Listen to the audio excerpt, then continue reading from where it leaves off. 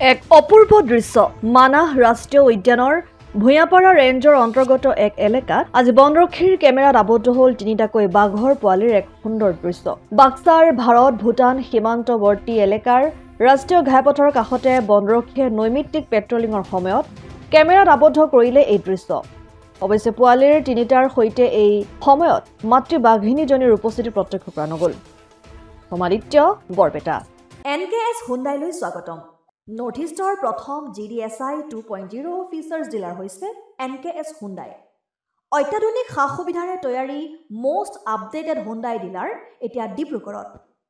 আমাৰ NKS Hyundai ডিলাৰত open sales consulted room, customer ৰুমৰ লগতে পুৰণি গাড়ীৰ এক্সচেঞ্জ ফেচিলিটিও ৰখা হৈছে।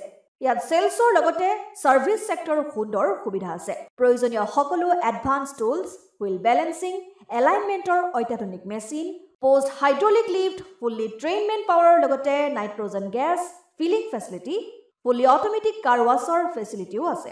লগতে NKS হুণ্ডাই ডিলাৰে কাষ্টমাৰসকলৰ সুবিধাৰ্থে মোবাইল ছাৰ্ভিচ ভেনৰো ব্যৱস্থা ৰাখিছে, য'ত হাইড্ৰলিক লিফ্ট, ৱাছিং facility, wheel balancing, tyre pressure check কৰাৰ লগতে বহুখিনি সুবিধাই উপলব্ধ আছে।